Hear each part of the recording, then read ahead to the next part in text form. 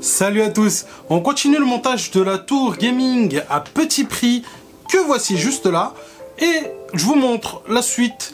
Malheureusement j'ai pas pu finir tout le montage dès le premier jour comme je vous l'ai dit lors de la fin de la dernière vidéo, mais en fin de compte le lendemain quand j'ai voulu reprendre je me suis rendu compte que j'avais fait une connerie.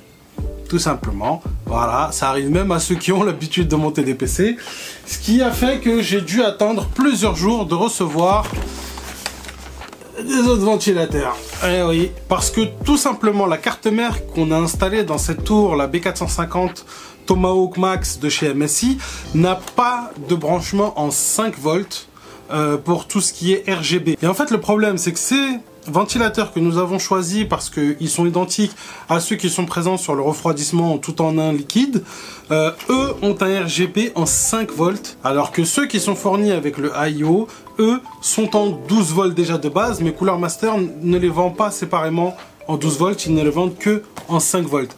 Le problème, c'est que j'ai voulu faire fonctionner cela. Du coup, j'ai trifouillé un peu tout ça, j'ai essayé de machin, nanani, nanana. J'ai pas vraiment réfléchi à ce que je faisais. J'ai trouvé le moyen de les brancher sur le 5 volts, sur le 12 volts, sans réfléchir du tout au côté courant. J'ai juste regardé les branchements. J'avais complètement la tête ailleurs, tout simplement. Quand j'ai voulu finir ce montage-là en une journée, c'était un peu juste avec le montage, l'organisation du montage. Et je tiens à remercier mon voisin d'en face qui a laissé l'alarme de sa maison sonner pendant plus de 2 heures. Qui donc a compromis le tournage de cette vidéo, qui m'a fait perdre beaucoup de temps. Du coup j'ai voulu trop rusher la fin et voilà, je vous raconte tout ça, c'est pour vous dire que quand vous êtes en train de faire ce genre de montage un peu technique, prenez votre temps, n'essayez pas de rusher, ne faites pas cette erreur que j'ai fait. Donc j'ai branché des ventilateurs avec l'RGB 5 volts sur du 12 volts, vous imaginez ce qui s'est passé, l'RGB a cramé. Donc quand j'ai essayé de démarrer la tour, forcément on a eu cette petite fume, cette petite étincelle et donc il n'y avait plus qu'une seule LED qui fonctionnait dessus. Donc voilà, j'allais pas laisser ça dans la tour, donc j'ai dû attendre de recommander les mêmes pour pouvoir les remonter. Bon, je vous montre rapidement le branchement à l'arrière, le câble management, on regarde un peu le fonctionnement et on démarre le bébé. Allez, c'est parti.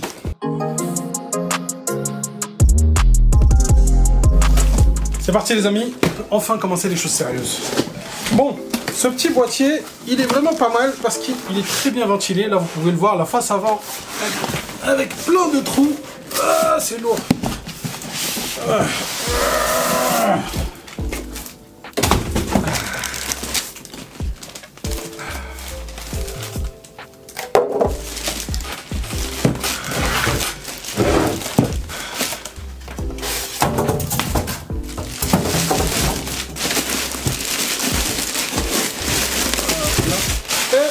Voilà.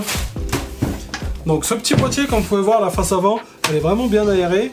Quand on le retire, on a en dessous une petite grille, un petit filtre pour la poussière. Et franchement, les petits filtres comme ça magnétiques de chez Corsair, j'adore.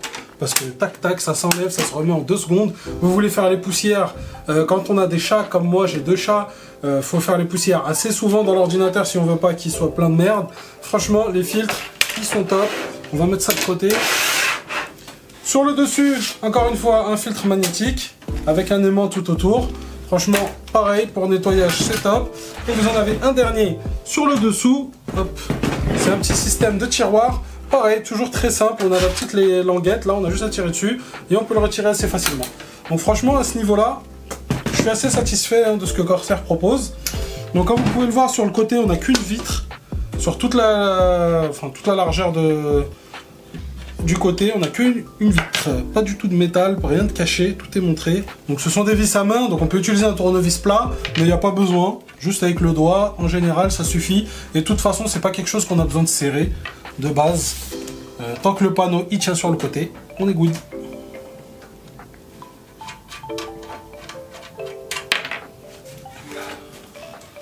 On va mettre tout ça de côté. Pour le moment, la petite vitre, elle vient facilement. Vous voyez, ça aussi, on va mettre de côté. J'ai peur de la casser. Vous me connaissez, avec ma maladresse légendaire. Faut pas que ça traîne à côté de moi. Donc, on se voit que déjà, on a pas mal de branches de passages pour les branchements, un peu partout, sur le dessus, sur l'arrière. Il y a vraiment pas mal de branchements, des passages de câbles. Ça, c'est ce que j'adore dans ce boîtier. Et chez Corsair, en général, vous pouvez trouver ça assez facilement. Ah, non. Là, c'est encore des vis à main, mais là, elles sont bien serrées. Là, on va utiliser le tournevis. Juste pour démarrer. Après, finir à l'avant. C'est dommage. Vous avez presque fait un sans faute. Eh ben... Il a été monté la visseuse pneumatique ou quoi? Ils l'ont mis avec une visseuse à choc celui-là. Bien serré. J'espère que le filetage il n'est pas abîmé. On verra ça tout à l'heure. Hop là. On tire le petit compartiment. Et je vous montre à l'arrière. Donc, la petite notice. Hop. Ici, vous avez la petite boîte avec tous les accessoires. Ça, encore de la paperasse. Ça, c'est pour pouvoir monter vos... c'est la baie pour pouvoir monter vos disques durs. Que ça soit du 2,5 ou du 3,5 en taille de disque dur. Vous pouvez mettre les deux tailles. On a ici un petit répartiteur pour tout ce qui est ventilo. Et ça, franchement, c'est top et ça va bien me servir. Parce que du coup, avec un seul branchement en direction de la carte mère, vous avez 6 ventilos que vous pouvez connecter directement au boîtier. Le fait que ça soit fourni de base, c'est top. Bon, les amis, on est parti pour la suite. On va démonter les ventilateurs qui sont là parce qu'on va passer sur des ventilateurs blancs pour aller avec le reste du PC. Et on va commencer à installer tous les composants, la carte mère, etc. etc. Let's go!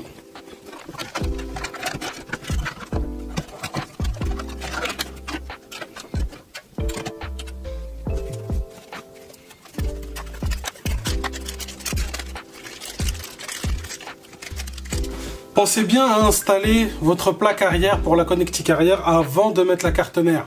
Si on oublie, on recommence tout.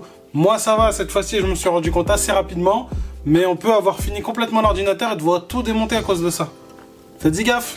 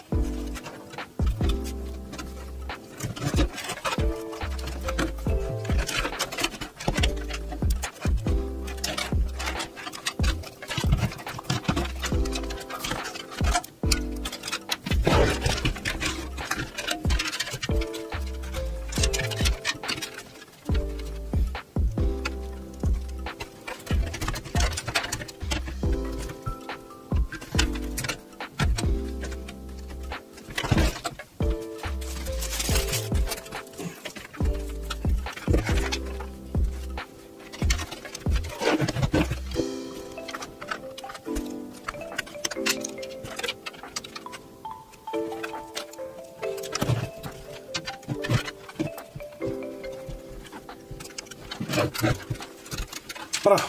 Donc là, si j'ai enlevé le radiateur et les ventilateurs qui étaient en haut, c'était pour d'abord aller brancher l'alimentation du CPU qui se trouve tout en haut de la carte mère, dans l'angle. Avec le radiateur et les ventilateurs en haut, j'aurais tout simplement pas pu l'atteindre. C'est pour ça que j'ai dû tout défaire, repasser les câbles. J'en ai profité pour faire passer aussi le câble du contrôleur RVB des ventilateurs. Comme ça, je peux tout brancher à l'arrière sans trop d'embarrassement.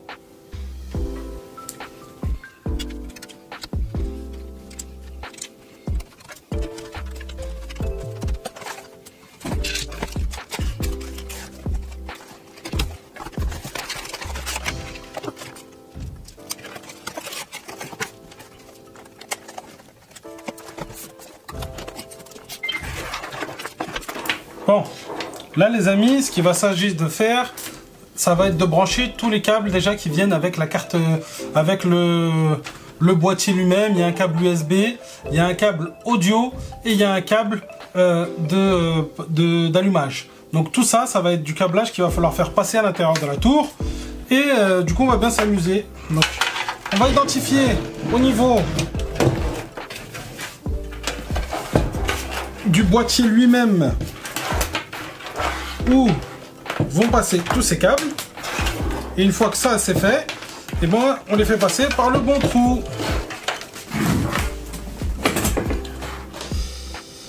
Donc, l'audio, il est tout en bas, tout au fond. On prend le câble avec écrit audio dessus, c'est écrit dessus, et on le fait passer au même endroit.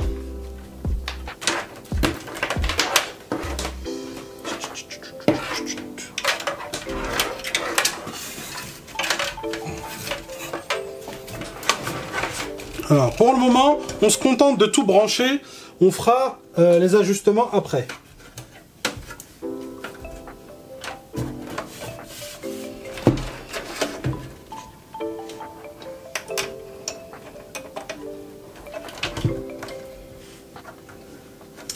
Alors, les câbles multicolores comme ça, c'est pas les plus jolis de tous, mais bon, on n'a pas le choix, on fait avec ce qu'on a. Ensuite, on a ça, c'est pour l'allumage, ça c'est branché, ça on n'en a pas besoin pour le moment. Ça c'est l'USB 3. Notre USB 3 il se trouve ici.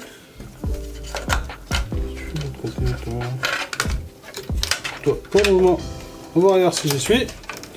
Je s'occupe pas de toi tout de suite. Pour l'USB 3, on va le faire passer par le trou qui est là, parce que tout simplement, si on le fait passer par en dessous, le câble est trop épais. On va être obligé de le faire passer par le côté. On va le brancher.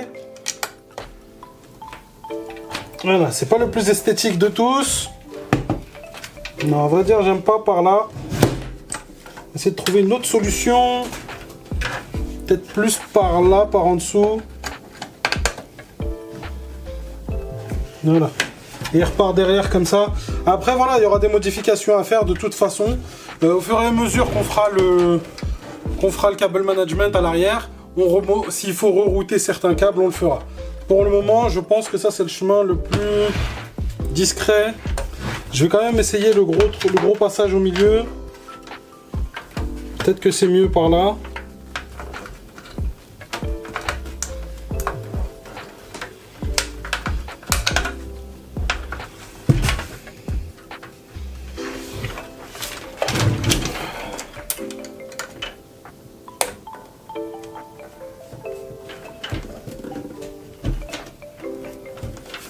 Écoutez, par là ça m'a l'air pas mal aussi, ça prend pas trop de place. Le câble on le voit juste ici qui dépasse, qui va vers l'intérieur. Je trouve ça pas mal. C'est mieux en fait que sur les côtés. Là on le voyait trop en fait quand il passait ici. Donc par là c'est plutôt pas mal. Et il ne reste plus que le câble d'alimentation qui est en plusieurs morceaux comme ça. Il faudra regarder sur la notice de votre carte mère pour savoir à quels petits éléments en métaux il va falloir brancher tout ça. Alors, moi il est ici, du coup on va router ça par là. Et on va regarder la notice de la carte mère. Aussi, sachez-le, l'autre technique pour que ce petit branchement soit assez simple, vu que c'est plein de petits connecteurs très fins et très petits, la technique c'est de regarder leur disposition sur la notice de votre carte mère. Vous l'avez là. Une fois que vous avez regardé cette disposition, que vous la connaissez, vous groupez en fait ensemble tous ces petits connecteurs et vous les entourez avec du scotch électrique. Vous mettez une petite gaine à rétrécissement lorsqu'on thermorétractable, voilà les petites gaines thermorétractables autour. Vous les mettez bien, vous collez le tout ensemble et comme ça vous n'avez plus qu'à brancher, débrancher. Bonne astuce. Là je l'utilise pas parce que ils sont pas trop compliqués à atteindre, mais j'aurais pu l'utiliser. Donc voilà, on a branché tout ce qui était branchement du boîtier. Le boîtier est complètement relié à la carte mère. Maintenant, il va nous falloir rajouter tous les autres ventilateurs et tous les autres branchements à mettre sur la carte mère au fur et à mesure. On va commencer déjà par brancher les quelques petits accessoires qui viennent avec les câbles qui sont là pour en ce qui concerne le refroidisseur, tout en a. Donc il y en a déjà un qui est branché. Ce branchement là va aller derrière.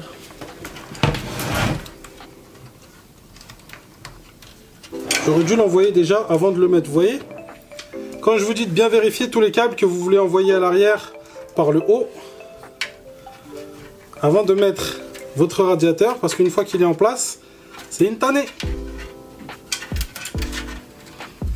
Enfin bon, je vous avouerai qu'avec un peu de patience, on s'en tire quand même très bien. Alors du coup, on va devoir retirer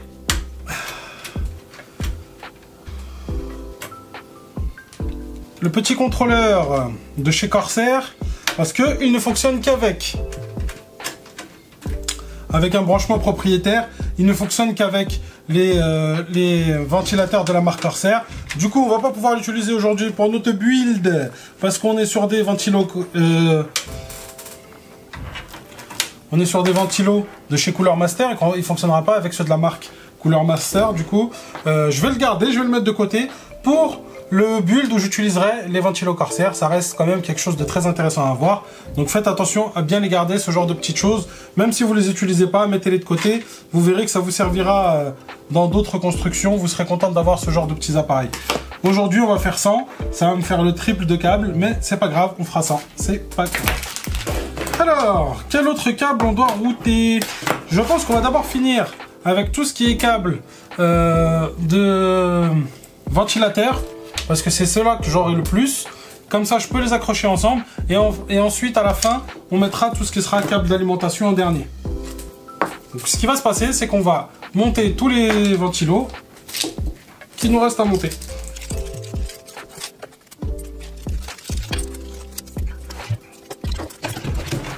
L'un de ceux qui va être le plus compliqué à monter, c'est celui qui va se retrouver à l'arrière. On va le mettre en sortie. Donc là où vous avez... vous voyez la cage en plastique de vos ventilos, là où vous voyez les branches en plastique, vous voyez le câblage, le petit autocollant avec la marque, la puissance électrique et tout ça. Ça, c'est l'arrière du ventilateur, c'est là où l'air sort. Donc, si vous voulez un ventilo dont l'air va dans ce sens-là, il faut que cette étiquette avec toute la puissance électrique, la marque, les branchements et tout ça, soit vers l'arrière. Et c'est ce qu'on va faire maintenant. Et là, vous voyez, encore un ventilateur dont j'aurais dû faire, encore une pièce dont j'aurais dû faire passer les câbles avant de mettre le refroidissement. Je vais m'amuser. Et c'est pour ça que vous ne serrez pas les vis du radiateur et des ventilos tout de suite. Comme ça, vous pouvez les bouger. Quand vous arrivez devant un problème comme ça, hop, on peut faire ça. Et ensuite, une fois que les trous sont alignés, que le ventilo couvre un maximum de surface, on visse.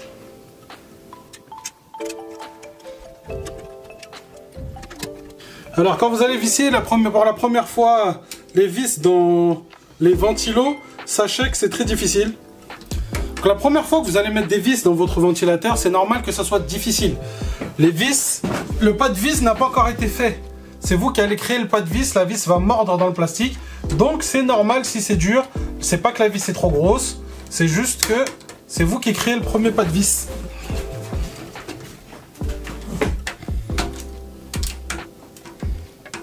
Ça demande un peu de force, mais rien de bien méchant, je vous rassure.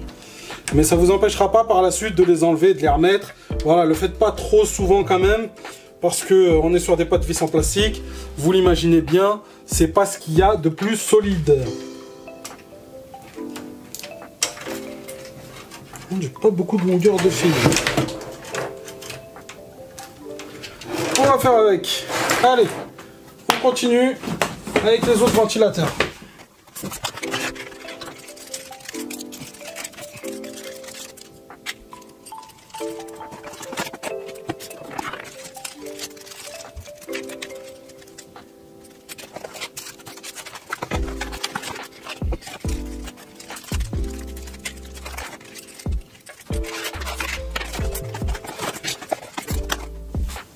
Et maintenant, on est parti pour monter les ventilateurs à l'avant.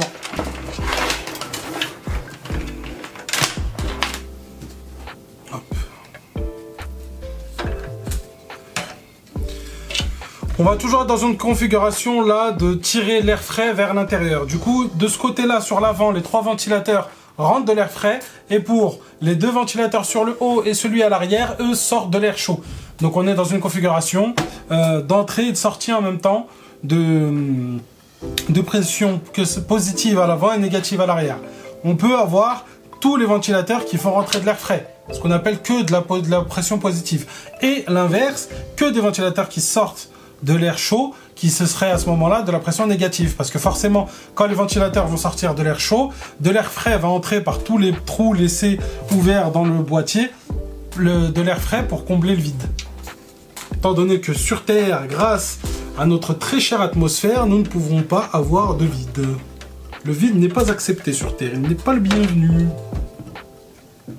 Donc les câbles sont passés, on va pouvoir l'accrocher. Hop.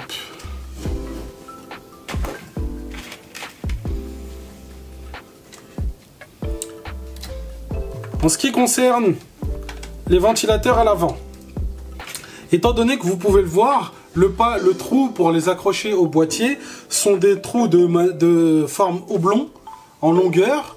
Il ne faudra pas visser les vis à fond, le temps d'avoir mis tous les ventilateurs, de les placer comme on veut et après on serre. Parce que là du coup, ça va nous offrir la possibilité de pouvoir les bouger d'avant en arrière tout simplement. Et du coup de les caler comme on a envie, avec l'espacement qu'on a envie. Donc voilà, n'hésitez pas à d'abord mettre tous les câbles, les 3 ventilateurs ensemble. Après vous mettez... vous les serrez en place une fois que vous avez décidé de l'emplacement où vous voulez les laisser. Et en dernier lieu, vous mettez toutes les vis. Là, je mets que 2 vis en attendant de le placer et d'être complètement décidé de l'emplacement où on veut le mettre, quoi. Encore une fois, tout ça, c'est pour essayer de vous simplifier la vie, vous éviter des problèmes inutiles par la suite. Moi, ce que je veux, c'est qu'ils soient tous collés, les uns à côté des autres. Et du coup, vaut mieux les mettre tous les 3 d'abord, sinon je ne pourrais pas les avoir bien collés et prendre le maximum d'espace, parce que encore une fois, le but des ventilateurs, c'est de récupérer un maximum d'air pour l'intérieur du boîtier, pour que votre carte graphique et votre processeur tournent bien frais. Parce que plus vos pièces seront fraîches, plus elles pourront tourner à plein régime. C'est d'importance primordiale dans un ordi de rester au frais. Que les pièces restent au frais en tout cas. Vous avez le droit de vous réchauffer, vous. Mais pas l'ordinateur. Lui, il doit être bien frais.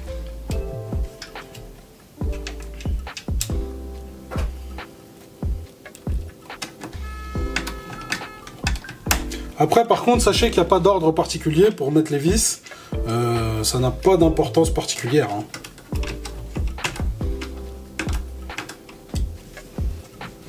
Vous voyez, c'est le moment où on veut absolument les mettre bien. En sachant que c'est sur le haut qu'on verra le plus, ceux du bas, on les verra pas du tout. Moi, je trouve ça plus intéressant de les pousser le maximum en haut. Voire de les mettre à peu près au milieu. Comme ça, tout est bien collé, tout est bien serré. Et là, ensuite, on peut mettre les dernières vis et finir de fixer le tout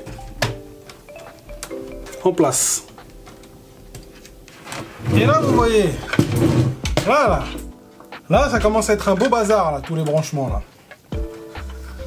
Alors, les amis, avant de mettre tous les câbles d'alimentation qui sont là, avant de les mettre en place, je veux faire un petit coup de propre là-dedans. Donc là, ce que j'ai fait là, un petit peu en accéléré, je vous fais un point, j'ai branché tout ce qui est branchement pour les ventilateurs.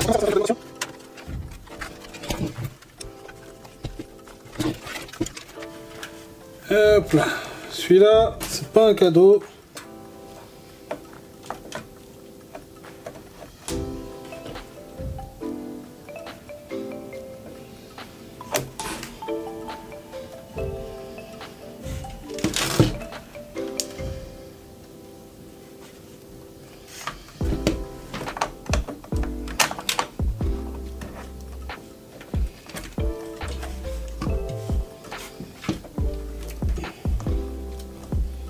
Voilà.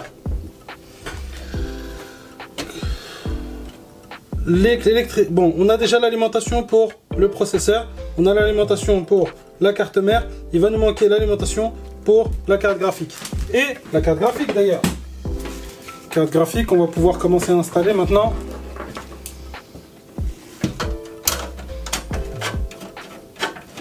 Juste à retirer.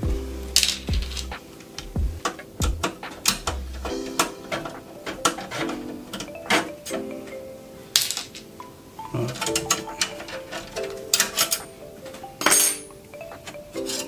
Les deux petites grilles. Et à l'insérer à leur place.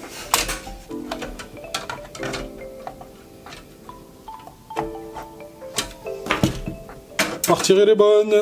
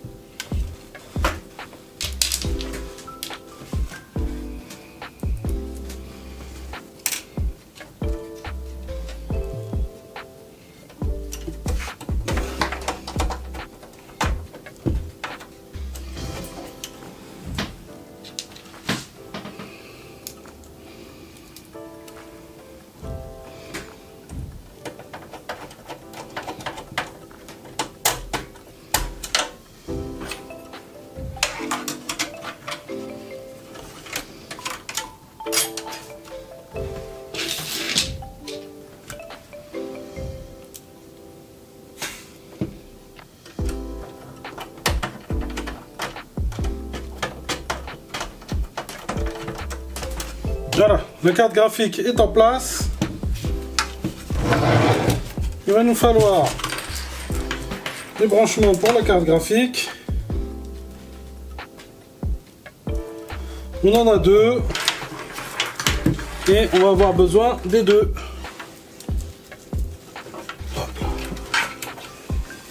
Et on va faire passer par ce trou là.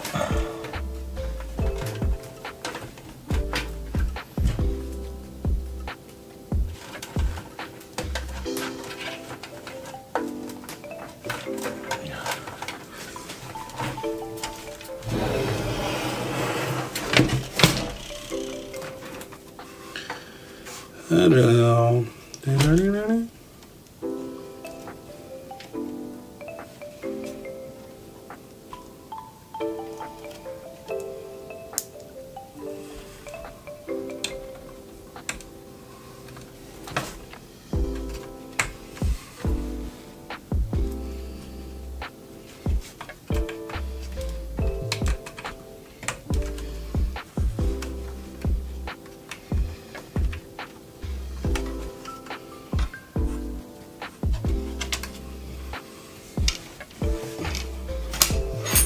et voilà, on a fait tous les branchements électriques dont on avait vraiment besoin pour le moment.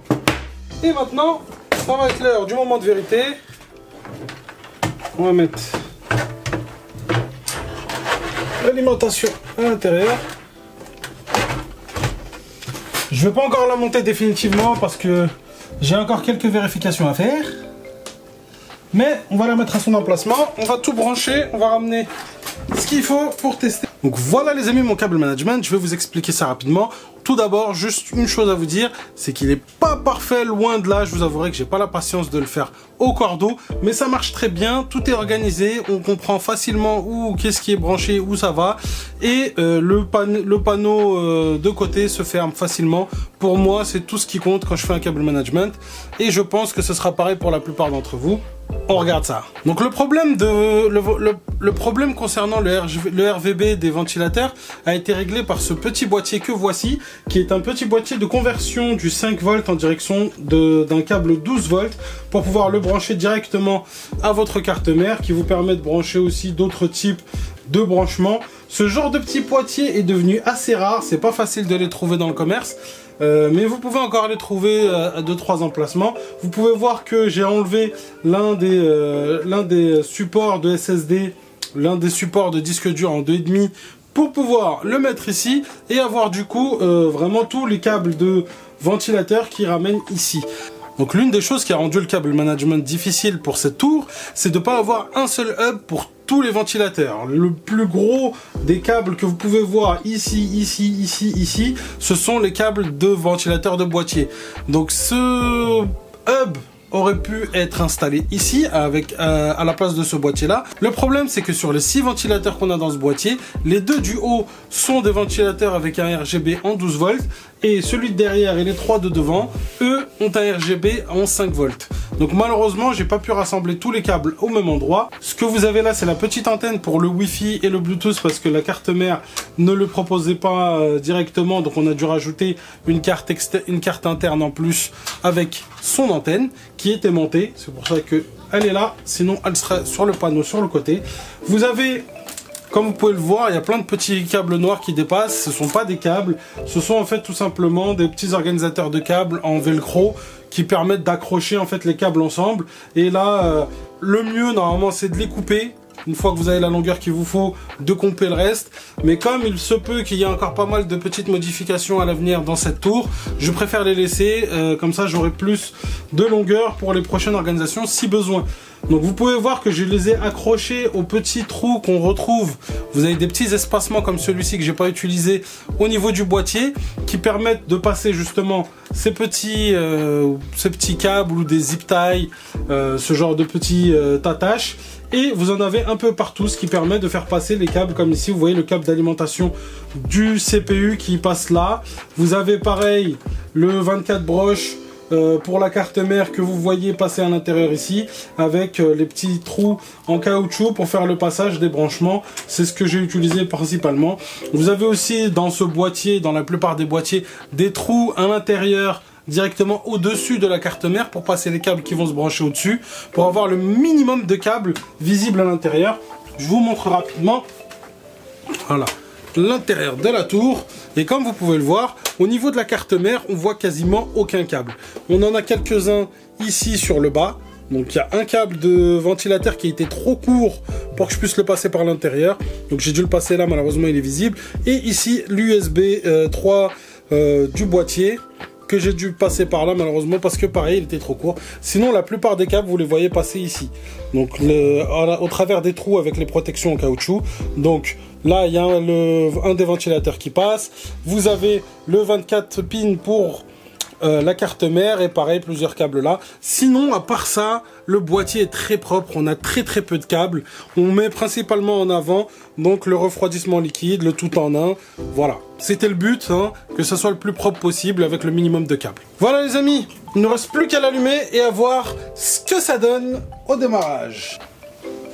Hop là, on allume l'alimentation électrique et c'est parti pour le show. Voilà. Donc, comme vous pouvez le voir, tous les ventilateurs fonctionnent. La lumière, l'éclairage fonctionnent sur tous. Les couleurs ont été réglées à l'intérieur, mais a priori, il ne prend pas encore en compte les couleurs comme on le voudrait. Mais après avoir démarré, normalement, il devrait prendre tout ça en compte. Au premier démarrage, c'est normal si ça prend un peu de temps, n'ayez pas peur, c'est possible même qu'il redémarre plusieurs fois. Donc voilà, ne vous inquiétez pas, si la première fois que vous le lancez, ça met du temps, ça redémarre. Laissez-le faire ce qu'il a à faire, attendez. Et si vraiment au bout de 2-3 minutes, là, vous avez vraiment toujours pas d'image sur l'écran, vous avez toujours rien, là, commencez à regarder d'où peut venir le problème. En général, sur la carte mère, vous avez des petites LED qui vous permettront de savoir facilement d'où vient le problème. Là, a priori, elle a redémarré. On va attendre de voir. C'est le petit suspense, hein, c'est normal. Tadam! Et voilà, avec les couleurs finales. Donc comme vous pouvez le voir, on est sur un thème blanc et violet. C'est le thème que ma femme souhaitait. Et on a quelques petites différences de couleurs entre les ventilateurs qui sont fournis avec le tout en un, entre les ventilateurs qu'on a achetés et la carte mère. Malheureusement, voilà, j'ai passé un peu de temps au niveau logiciel à essayer de régler dans chacun des logiciels l'éclairage en soi, chacun pour essayer d'approcher le plus possible. Mais comme les bandes de LED ne sont pas les mêmes, malheureusement, il y a des moments où on n'arrive pas à avoir exactement la même couleur. Mais là, je trouve que c'est plutôt uniforme, ça se ressent plutôt bien. C'est pas, voilà, c'est difficile de voir la différence. On peut voir là à l'avant, l'éclairage ressort bien, on le voit bien. Ça fait ressortir assez bien le logo Corsair ici. Et le fait sorte que ça soit tout le hub, toutes les hélices des ventilateurs qui s'allument. Pas que le contour, comme moi sur le mien derrière, vous avez qu'un petit cercle. Ça permet d'éclairer vraiment tout l'intérieur du boîtier. En plus, dans un boîtier blanc, forcément, c'est plus facile d'éclairer l'intérieur. Voilà, au niveau esthétique, pour ceux qui n'aiment pas le RVB, je vous rassure, vous n'êtes pas obligé de laisser ça en cycle de arc-en-ciel avec toutes les couleurs qui tournent. Le but, c'est de vous trouver un thème qui vous plaît et de s'y tenir, en fait, tout simplement. Et je trouve qu'on a quand même quelque chose d'assez clean, d'assez propre, entre le noir et le blanc et le violet. J'aurais aimé avoir une carte mère blanche pour aller mieux avec le thème ou argenté. Malheureusement, elle coûte quand même assez cher. Ou celles qui sont un peu plus anciennes comme la B450. Pour celles qui sont argentées ou blanches en général, soit elles sont très chères, soit elles sont de moins bonne gamme, moins bonne facture que celle-ci. Et là, vu que le but c'était de vous proposer le PC gaming le plus intéressant, le meilleur rapport qualité-prix, j'ai été prendre tout simplement la carte mère la plus intéressante en rapport aux qualités de ce qu'elle propose au niveau branchement, au niveau capacité et en termes de prix, tout simplement. Voilà les amis. Dites-moi dans les commentaires si vous voulez avoir plus d'informations sur ce PC, si vous voulez voir des tests avec des jeux, savoir les framerates, qu'est-ce qu'il peut donner, si vous voulez vraiment avoir des informations. Tout ce que je peux vous dire, j'ai joué à quelques jeux de base comme League of Legends, Valorant, Apex, tous ces jeux un peu très compétitifs qu'on voit souvent en compétition, du CSGO. On est à plus de 100, facilement à plus de 100 FPS, facilement. Sans chercher à mettre le tout à fond. Je peux, si vous voulez, le stress tester, le faire tourner au maximum et voir vraiment les capacités maximales, on va dire, le pousser au bord de la rupture. Si ça vous intéresse, dites-le moi dans les commentaires en bas. Dites-moi si ça vous intéresse, je vous ferai une petite vidéo là-dessus. Et aussi par rapport à l'installation de Windows, parce que là je voulais pas montrer, mais Windows est installé, le PC est complètement fonctionnel. Donc si vous voulez voir aussi pareil une vidéo sur les premières choses à faire après avoir monté un PC, les premiers logiciels à installer, comment installer Windows, comment obtenir ne serait-ce que la clé de Windows, voilà. Dites-moi aussi pareil dans les commentaires. Toutes ces vidéos là, je peux vous les faire. Si ça vous intéresse, c'est à vous de me dire, avec grand plaisir. Les amis, je vous souhaite à tous une très bonne journée. Grande force à vous tous et que la paix soit avec vous.